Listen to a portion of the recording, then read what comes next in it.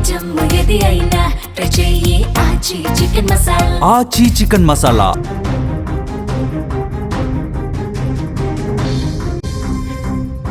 Telangana municipal ఎన్నికల ఫలితాల్లో భాగంగా మధిర పట్టణంలో టీడీపీ బోణీ కొట్టింది. హోరాహోరీగా సాగిన పోరులో మధిర 10వ వార్డు నుంచి తెలుగుదేశం పార్టీ అభ్యర్థి బోడేపూడి రేవతి ఘన విజయం సాధించారు. ఓట్ల లెక్కింపు ప్రారంభమైనప్పటి నుంచే రేవతి తన ప్రత్యర్థులపై స్పష్టమైన మెజార్టీతో దూసుకెళ్లారు.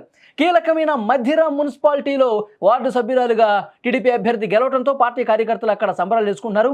తెలంగాణ మున్సిపల్ ఎన్నికల్లో టీడీపీ జెండా రెపరెపలాటం ఒక సంచలనంగా మారినటువంటి పరిస్థితి ఉంది. రాష్ట్ర వ్యాప్తంగా ప్రధాన పార్టీల మధ్య పోటీ ఉన్నప్పటికీ మధిరలో టీడీపీ తన పట్టును నిరూపించుకుంటూ ఈ విజయాన్ని నమోదు చేయడం ఇప్పుడు ఆసక్తికరంగా మారినటువంటి పరిస్థితి ఉంది. తెలంగాణ మున్సిపల్ ఎన్నికల్లో అసలు తెలుగుదేశం పార్టీ జెండా ఎగురుతుందని చెప్పి అసలు ఎవరు ఊహించినటువంటి సిచ్యువేషన్ ఉంది. బీఆర్ఎస్, కాంగ్రెస్, బీజేపీ ఇలాంటి ఒక త్రిముఖ పోటీ ఉన్నటువంటి పరిస్థితుల్లో రాష్ట్ర వ్యాప్తంగా మధిరలో తెలుగుదేశం జెండా ఎగరటం అనేది తెలుగుదేశం పార్టీ కార్యకర్తలు ఒక నూతన ఉత్సాహాన్ని తీసుకొచ్చిందని చెప్పొచ్చు.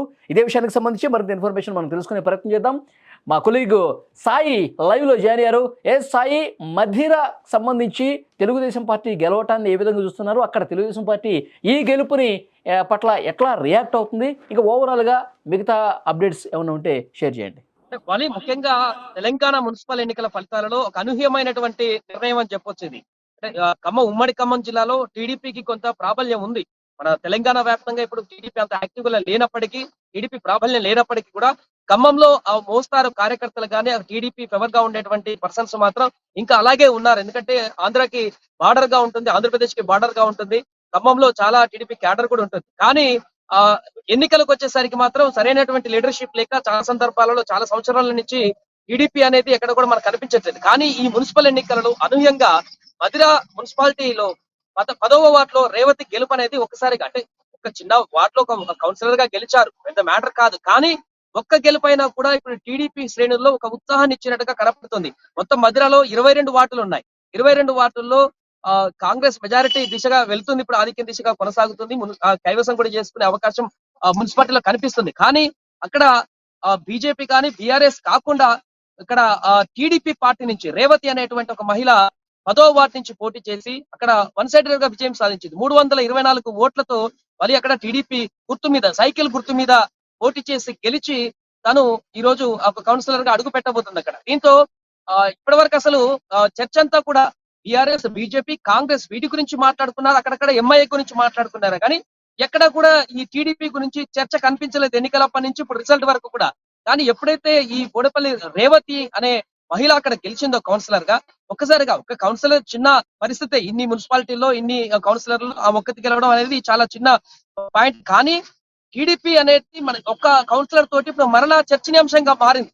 దీంతో ఇప్పుడు టీడీపీ సాయి ఇప్పుడు ఒక్క విజయం అయినా సరే అది నిజంగా ఆ పార్టీకి సంబంధించి అక్కడ ఉన్నటువంటి కార్యకర్తల్లో కావచ్చు, పార్టీ కోసం పనిచేసిన వాళ్ళలో నూతన ఉత్సాహం తీసుకొస్తుందంటూ ఏమాత్రం డౌట్ లేదు.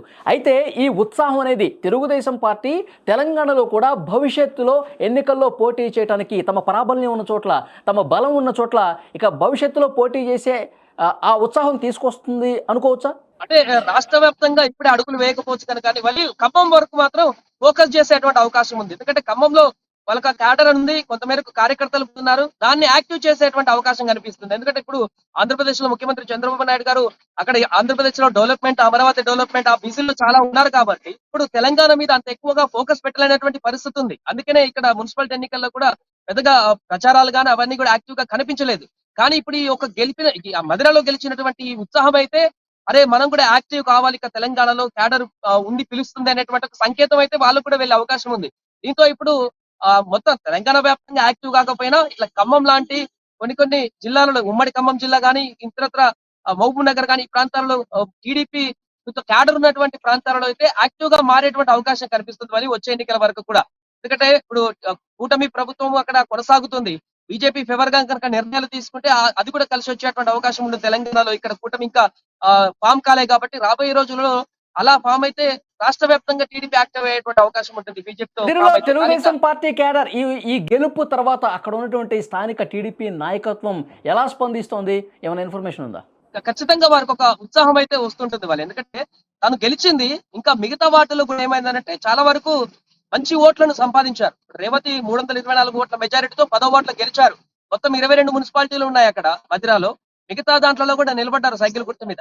అయితే అక్కడ గెలవకపోవచ్చులే కానీ గెలవలేదు కానీ ప్రస్తుతానికి అక్కడ కూడా మంచి ఓట్లు అయితే వాళ్ళకు లభించాయి సైకిల్ గుర్తు మీద. కాబట్టి ఆ ఓట్ షేర్ అనేది వారికి ఖచ్చితంగా ఉపయోగపడేటువంటి అవకాశం ఉంటుంది. కాబట్టి అక్కడ నాయకులు కానీ టీడీపీ శ్రేణులు కానీ కొంచెం సంతోషాన్ని వ్యక్తం చేస్తున్నారు. రాబోయే రోజుల్లో ఒక బూస్టప్ ఇయడానికి ఇది పనిచేస్తున్నట్టు కూడా చెప్తున్నారు. చూద్దాం సాయి, పరిస్థితి చాలా క్లియర్గా తెలుగుదేశం పార్టీ శ్రేణులో ఒక నూతన ఉత్సాహం అయితే వస్తుంది. మధిరలో ఒక వార్డులో తెలుగుదేశం పార్టీ అభ్యర్థి రేవతి గెలుపొందడం నిజంగా ఒక కొత్త ఉత్సాహం నింపుతుందనటంలో ఏమాత్రం డౌట్ లేదు. ఇక మిగతా చోట్ల పోటీ చేయడానికి ఒక బూస్టప్ ఇచ్చిన పరిస్థితి అయితే కనిపిస్తోంది. సో ఓవరాల్గా మొత్తానికి చూసుకుంటే ఇక్కడ కాంగ్రెస్ పార్టీ మున్సిపల్ ఎన్నికల్లో మెజారిటీ వార్డులు కైవసం చేసుకొని ముందుకు పోతోంది రాష్ట్ర వ్యాప్తంగా చూసుకుంటే. ఇక కార్పొరేషన్స్లో కూడా 7 కార్పొరేషన్స్లో 2 చోట్ల లీడ్ అనేది కాంగ్రెస్ పార్టీయే కొనసాగుతుంది. కొన్ని చోట్ల బీఆర్ఎస్ తమ అభ్యర్థుల్ని గెలిపించుకుంటున్నటువంటి పరిస్థితి అయితే కనిపిస్తుంది. సో మనకి ఈ టైంకి అందుతున్నటువంటి ఇన్ఫర్మేషన్ మెజారిటీ వార్డులు సో కాంగ్రెస్ పార్టీ విజయం దిశగా ముందుకు పోతుంది. ఇంకొక గంట 2 గంటల్లో పిక్చర్ అయితే క్లియర్ అవుతుంది.